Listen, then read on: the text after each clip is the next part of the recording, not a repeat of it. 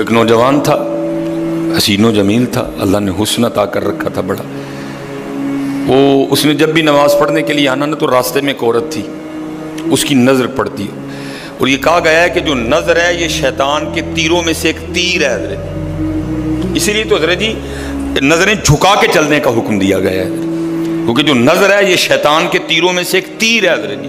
پڑھ تو یہ ایک دفعہ جاتی ہے لیکن کتنی دنوں تک حضرت اس نظر کا جو اثر ہے وہ دل سے نہیں جاتا حضرت. اپنی نظریں بڑی سنبھالو حضرت، اپنی نظریں بڑی سنبھالو حضرت. اس کی تو نظریں پاک تھیں لیکن راستے میں ایک عورت تھی، اس کی پاک نہیں تھی.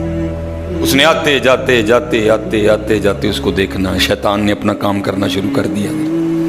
اس نے ایک دن کیا کیا، اس نے اپنی خادمہ سے نا اپنی خواہش کا اظہار کیا، میرا دل کرتا ہے کہ اس نوجوان سے نا تنہائی ملے. لیکن ملے تو ملے کس طرح؟ وہ جو خادمہ تھی ذرا پکی عمر کی تھی، اس نے کہا یہ تو کوئی مشکل کام نہیں ہے، آج ہی رات کو بات بنا دیتی. وہ جب عشاء پڑھ کے وہ نوجوان مسجد سے نکلا نا، وہ خادمہ راستے میں کھڑی ہو گئی. اس کو روک لیا، اس کو 2-3 احادیث سنائیں، 2-3 آیات مبارکہ سنائیں کسی کے کام آنے کے حوالے سے. ہمارے گھر میں مرد کوئی نہیں ہے، کچھ وزنی سا سامان اٹھانا ہے، اگر آپ اٹھا دیں تو بڑی نوازش ہوگی، اللہ راضی ہوگا، اللہ کے رسول راضی ہوں گے. کہ کوئی مسئلہ نہیں. اسی طرح ہوا حضرت. وہ گھر لے گئی، پچھلے کمرے میں لے گئی. وہ جیسے کمرے میں داخل ہوئے، وہ عورت پہلے موجود تھی. اس نے جناب اندر سے چٹکنی لگا لی اور اس کے سامنے اپنی خواہش کا اظہار کیا. جیسے میں نے کہا نا بڑا مشکل موقع ہوتا ہے، لیکن وہ نوجوان ہماری طرح کا نوجوان نہیں تھا، وہ قرآن والا نوجوان تھا. اس کا تعلق قرآن سے مضبوط تھا.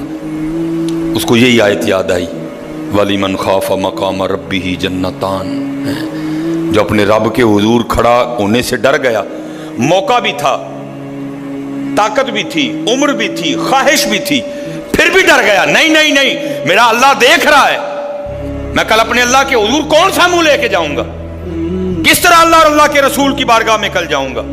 سارا کچھ کر سکتا تھا، کوئی تیسرا نہیں تھا، لیکن کیا نہیں، میرا اللہ دیکھ رہا ہے. وہ ایسا خوف طاری ہوا، ایسا خوف الہی طاری ہوا، گش کھا کے گر گئے نیچے. عورت ڈر گئی. آگے بڑھ کے کسی نے نبض نہیں دیکھی کہ زندہ ہے کہ شہید ہو گئے. انہوں نے سمجھا کہ شاید مر گئے. اس نے دروازہ کھٹکھٹایا، باہر سے اس نے خادمہ نے دروازہ کھولا. اس نے کہا یہ تو مر گیا. اس نے کہا یہ بھی کوئی مشکل بات نہیں بھائی، نام تو اس پہ لگے گا نا جس کے گھر سے لاش برآمد ہوگی. تم ٹانگیں پکڑو، میں ہاتھ پکڑتی ہوں. انہوں نے تھوڑا سا محنت مشقت کر کے نا اٹھا کے جو باہر کوڑا پھینکنے کی جگہ تھی نا، اس نوجوان کو پھینک دیا. اب رات پڑ گئی، بیٹا گھر نہیں آ رہا، باپ پریشان تھا. جب کافی وقت گزرا نا تو والد صاحب بیٹے کی تلاش میں نکلے.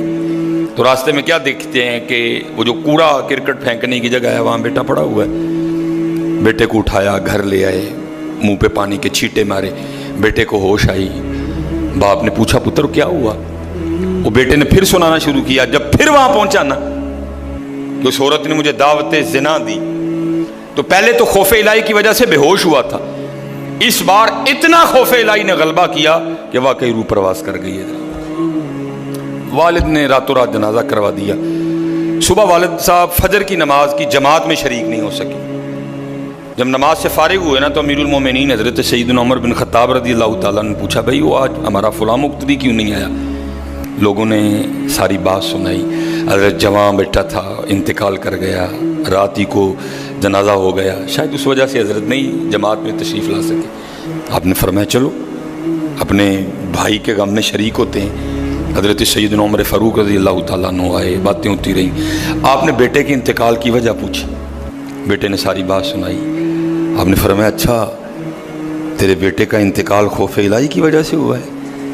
تو اللہ تو فرماتے ہیں وَلِمَنْ خَافَ مَقَامَ رَبِّهِ جَنَّتَانِ. اور جو ہمارے رب حضور کھڑا ہونے سے ڈر گیا اس کے لیے 2 جنتیں ہیں. تو چل پھر مجھے ذرا اپنے بیٹے کی قبر پہ لے کے چل. حضرت ہے لکھا ہے حضرت عمر فاروق آپ اس کے بیٹے کی قبر پہ تشریف لے. اس کی قبر پہ کھڑے ہو کے اس نوجوان کو باہر سے مخاطب کر کے فرماتے ہیں، اللہ فرماتے ہیں وَلِمَنْ خَافَ مَقَامَ رَبِّهِ جَنَّتَانِ. اور جو اپنے رب کے حضور کھڑا ہونے سے ڈر گیا اس کے لیے 2 جنتیں ہیں. اے نوجوان اب آگے تو بتا اللہ نے تجھے 2 جنتیں دیں کہ نہیں دیں؟